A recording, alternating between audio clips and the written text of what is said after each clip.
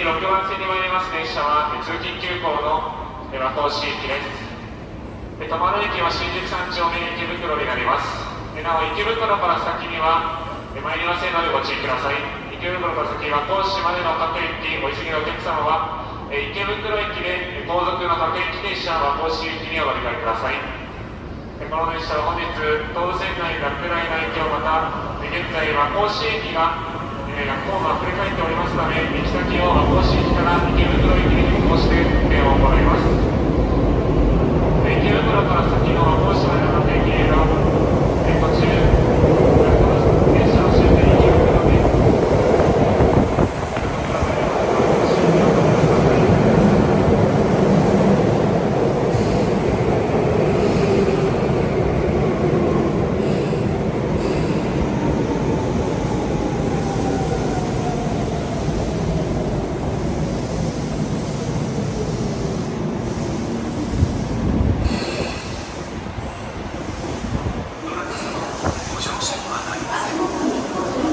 車内にお忘れ物のないようご注意ください。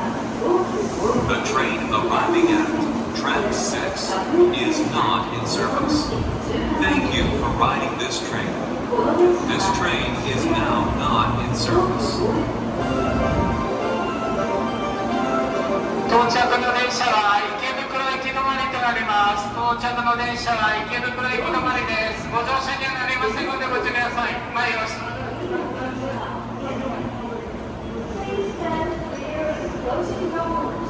後ろへ振動車あります。ご注意ください。